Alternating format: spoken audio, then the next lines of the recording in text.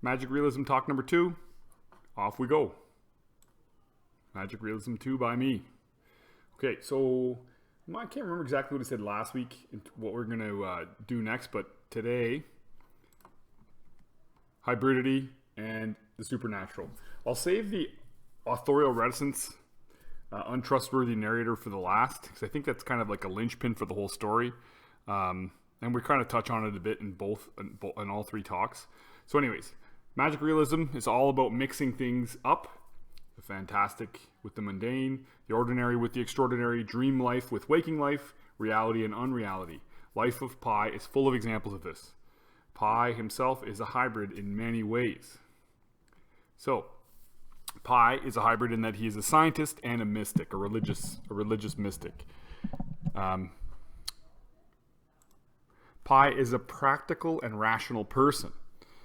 It is one of the ways he survives. He is constantly planning and making lists. So if you remember chapter 71, there's a bunch of different times where he's making lists, but chapter 71, he has a whole plan about training animals while at sea. And it consists of 9 detailed steps using classical conditioning. All right, if you think about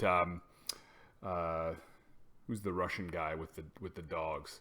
Pavlov's dogs, right? You ring the bell and the dog starts to drool. That kind of thing. So he's using classical conditioning to train the animal to fear the whistle's association with seasickness. So he's training, that's how he's training Richard Parker. Meanwhile, with all this sort of scientific rigor and animal care and stuff like this, his rational side is helping him survive. But meanwhile, he's constantly attending to his spiritual beliefs and desires. In the end of both stories, the longer story and then the shorter story that he tells the Japanese officials, he has, at the very end, he says, two similar, one much shorter, but two similar statements. He says, the lower you are, the higher your mind will want to soar. It was natural that, bereft and desperate as I was, in the throes of unremitting suffering, I should turn to God. So that's kind of the end of the first story that he tells. In the second story, the one he tells to the Japanese officials, he says, solitude began. I turned to God. I survived. So in both cases, we get to see that he's a scientist and a mystic. Furthermore, a few more things here. He is both a religious mystic and biologist. We said this. So even as an adult, he studies biology in university. He has one sort of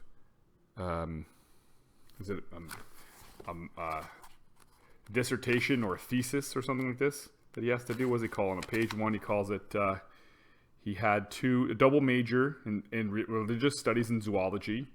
His 4th year thesis for religious study was on Isaac Luria, a 6th century Kabbalist Jewish mystic. Or sorry, a 16th century, I'll fix that, a 16th century Kabbalist, a Jewish mystic. And the other one he did was on the three-toed sloth, right? The thyroid gland of the three-toed sloth. So he has these two very different research interests, loves in his life of learning.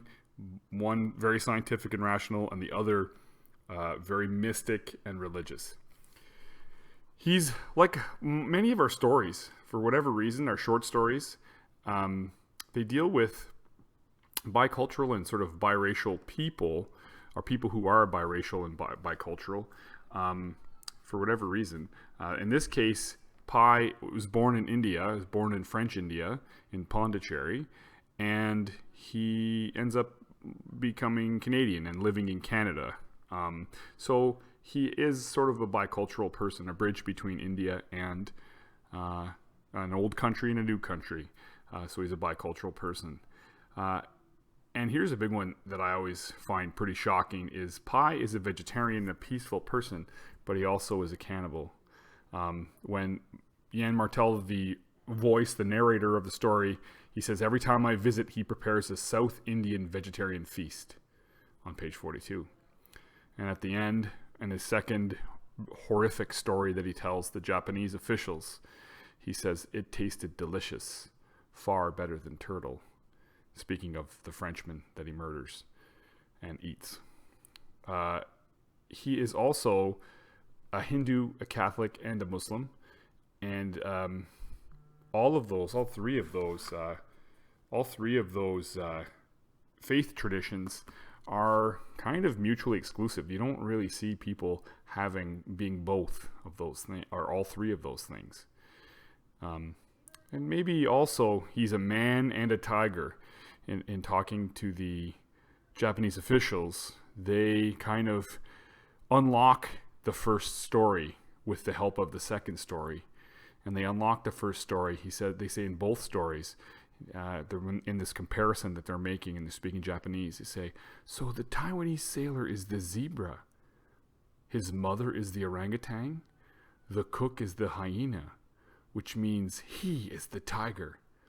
311. So the tiger is the symbol for Pai's desire to live at any cost, possibly. All right, so there's different ways that Pai's a sort of hybrid. He's more than one thing. Okay, so on to the supernatural and fantastic. There's a couple of different... I think the supernatural and fantastic, it makes it kind of funny the way that the Japanese officials they question Pai. They question the veracity, the truth of what he's telling them. And in the way that they kind of question him, that leads him to telling his second story. All right, so the first one, on the lifeboat with a tiger, the purely rationalist Japanese officials, they reject all of Pai's story. They don't want to hear it. They say they'll put their fingers in their ears. And one of them says, Mr. Patel, a tiger is an incredibly dangerous wild animal. How could you survive in a lifeboat with one? It's 296. And they're cut off because Pai, of course, says, of course I did. And he's arguing with them that trying to convince them that his story is true.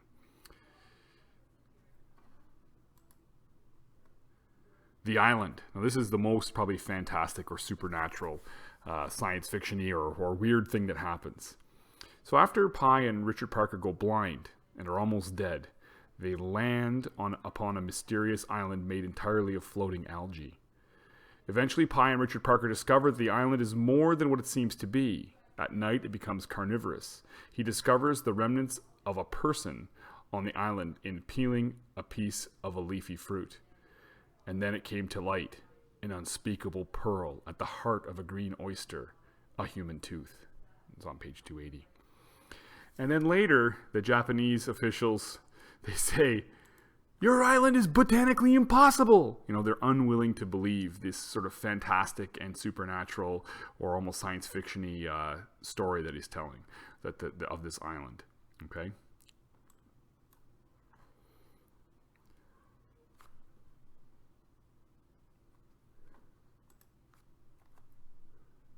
And the blind Frenchman. This one is a bit more, it's a little bit of it's not as good as the example as the island, but it is a good example. I mean, the notion that two people in lifeboats in the Pacific, right? The biggest kind of thing on Earth, right? This massive area of water. Two lifeboats bump into each other, and both of the people on the lifeboats are blind. Like that. So the Japanese transport officials they're incredulous. They do not believe that this is possible. They say, one of them says, two blind people in two separate lifeboats meeting up in the Pacific. The coincidence seems a little far-fetched, no? So this is another example of this sort of fantastic. And later they say the cook was a Frenchman, right? The cook was a Frenchman. So they make this other kind of connection. So there are other examples of both. There may be other examples of supernatural or fantastic, but there's certainly more examples of hybrids. And I'm thinking specifically of the island and the cook in the second story. Okay, they're more than one thing, and Pai is pretty generous when he speaks, especially about the cook. He